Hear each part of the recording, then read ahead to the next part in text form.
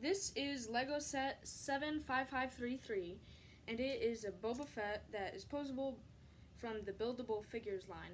So it comes with an E33 blaster rifle that you can aim, and you can also pull this hand back here and it will shoot.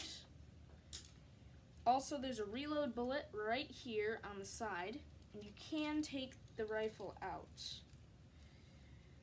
All the pictures on this set are straight from the movie, so it shows his little icon here. It even has his cape and his shoulder armor.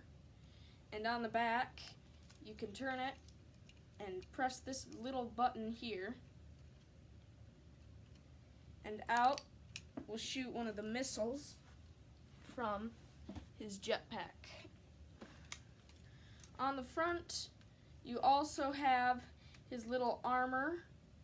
You can bend his little walkie-talkie thing on his helmet so that he can talk to Darth Vader when he reaches Cloud City. Also, the head is, you can move it around with the arms too. Fully posable. Fully posable. You can do that with the legs too. And there's quite a lot of stuff that you can see on this set. So can he move at the hips too? Hips, knees, and ankles, right? Yep. That's cool. So, just have fun. What do you like best about this Lego model?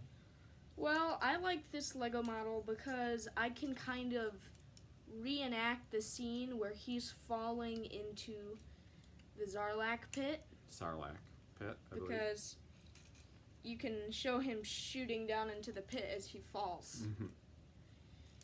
And also him trying to turn on his jetpack after he flies away because of that electric trident thing that And Han what does Solo he say?